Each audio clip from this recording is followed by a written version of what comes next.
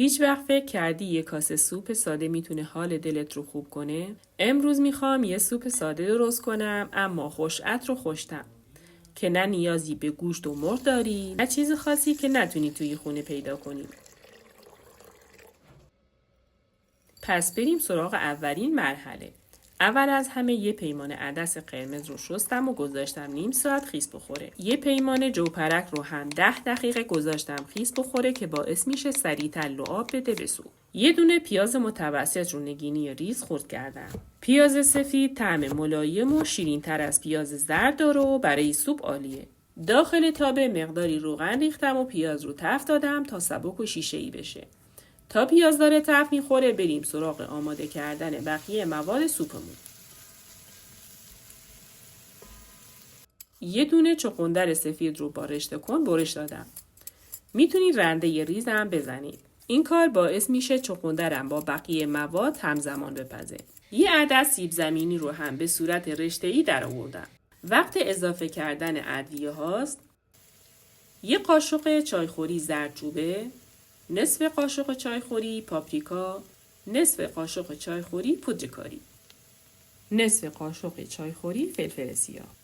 ادویه ها رو تفت دادم تا عطرشون آزاد شه. 2 عدد هویج که به صورت نگینی ریز خرد کردم. چغندر، سیب زمینی، همه رو با هم 2 دقیقه تفت دادم تا بافتشون نرم بشه. اگه تا اینجا این ویدیو رو دیدی یه لایک بزن کلی انرژی بگیرم. عدس خیس خورده و جوپرک رو هم ریختم روی بقیه مواد و 2 دقیقه تفت دادم.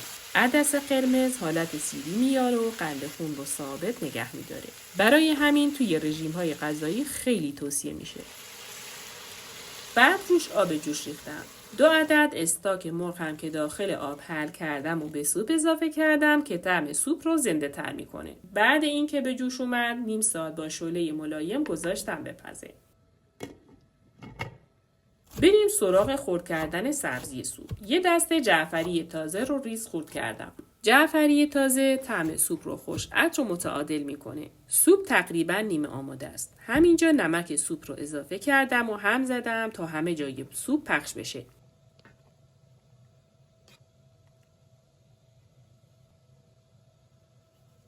حتما 10 دقیقه آخر پخت به سوپ اضافه کنید که طعم ملایم و تازه جعفری حفظ بشه.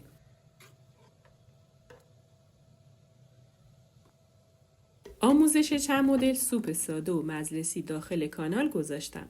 لینکشو این بالا براتون میذارم، دوست داشتین یه سر بزنید.